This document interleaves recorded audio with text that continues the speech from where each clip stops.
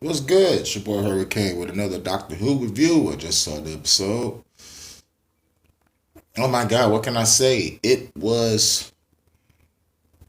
had, it was, it was going up. It was going up. It was great. It was great. It was great. And then it was just at the end.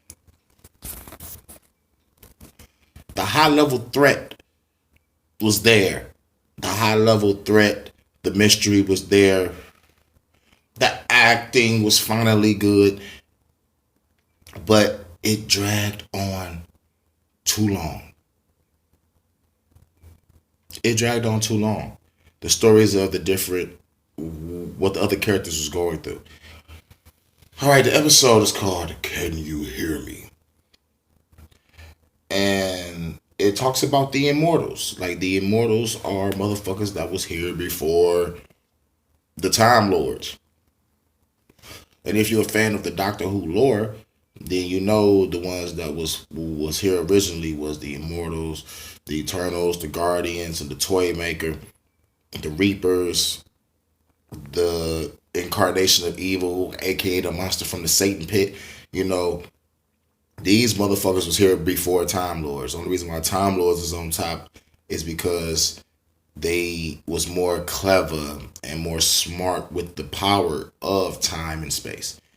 But there was motherfuckers here before them. Now in this episode, it talks about the origin of the immortals. There was two immortals and they treated humanity as a game. As a game. So they put people in wars. So like one mortal had one planet, the other mortal had the other one, and they did constant battles with each other. World to world. And then the people got hip. They was like, "Fuck this. We're not doing this no more." So I don't know what type of technology that this so-called ancient civilization had, but they collided their planets to each other. So one of the immortals, the guests tried to stop it, and it was a trap. Cause they know they was gonna motherfucker stop that shit. Or at least try. Now, what I liked it about the whole concept is the people got fed up. They was like, "Fuck it, we need to destroy ourselves, so these guys can stop fucking with us." So that was the outcome.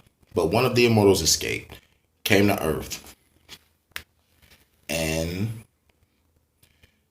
started going after the Doctor's friends. And he went after the Doctor's friends by fucking with the friends, and putting them in dream states and shit. But it was a great build-up. I love how it talked about the immortal.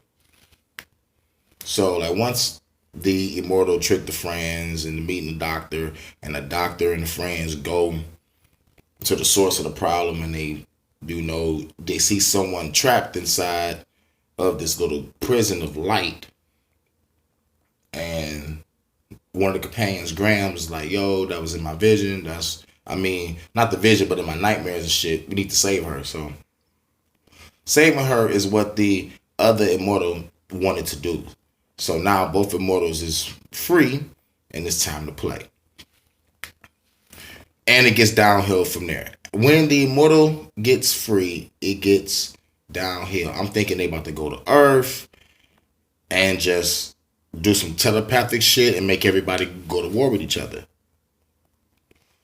But no, they realize dreams is better. We can have more fun in dreams. We can be here for all eternity. But I thought you were gods of basically seeing motherfuckers destroy themselves. So that's what made me mad. It was like it was big. It was a fucking great reveal, and then it just drops. Now the other stories of the other characters, what they was going through, it was Ryan, the black guy. He has a black friend that has some type of mental disorder. I don't know what it is. I think he suffered from depression or some shit. I'm not sure. And Yaz, the wannabe cop, she's talking to an old friend. I guess they made some type of promise with each other. Shouldn't have made no sense. But I love the actor from Yaz, and Yaz looked kind of hot. in this episode. You know, like she usually like not hot, but like she was a little hot. But maybe like, it was because of her good ass acting. Graham, on the other hand, Graham had a little sad story. Cancer coming back, and he still think about his dead wife. No shit, because it just happened. You know, like a grieving process takes years, depending on how you feel about the person. But whatever.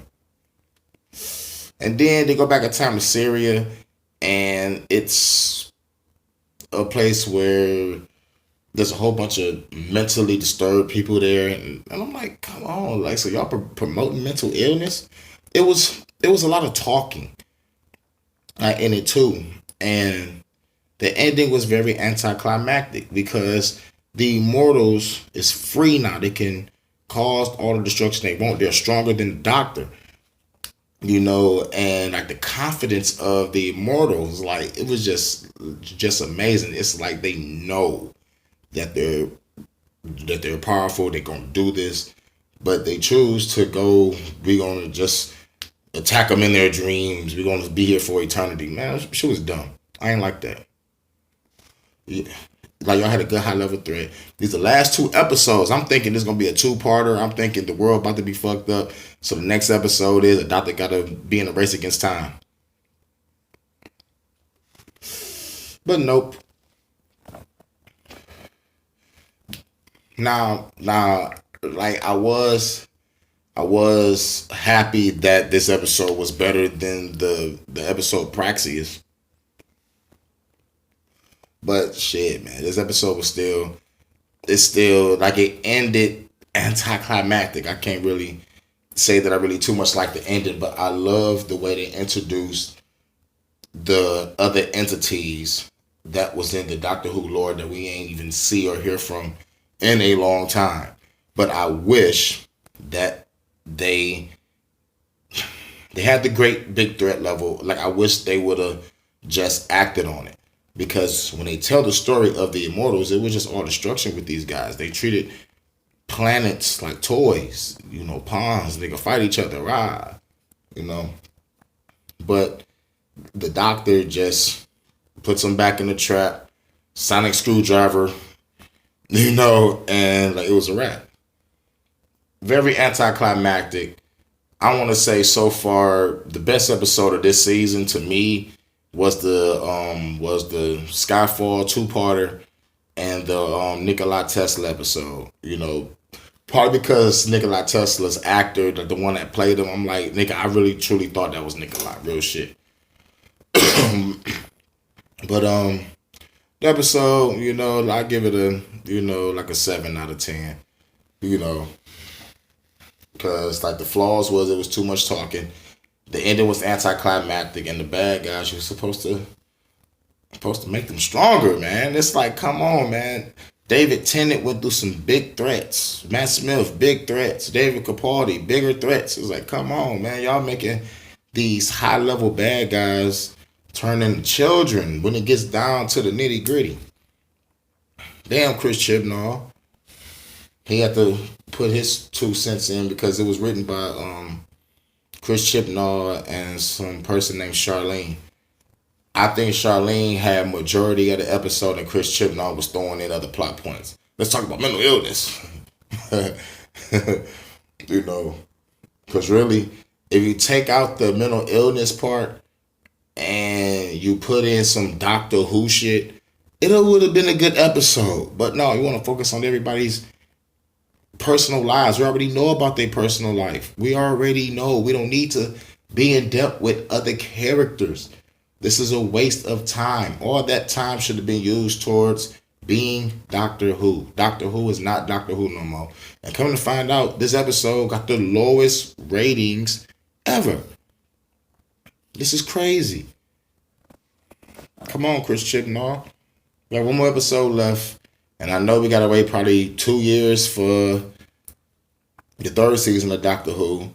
Who is this timeless child? Like, is they gonna bring it up? Is there a plot point at the end of this motherfucking season? Because like to me, it's starting to feel like on the motherfucking season 11. It's like, come on, man. There's standalone episodes full of bullshit. Like, come on, like, get to the nitty gritty, man. Be Doctor Who. I love Doctor Who. Y'all fucking it up. Chris Chibnall. But overall, I love how they implemented the bad guys. I love the storyline all the way up until the end. It just, come on now. I can do better than that. But that's still Doctor Who Hood review piece.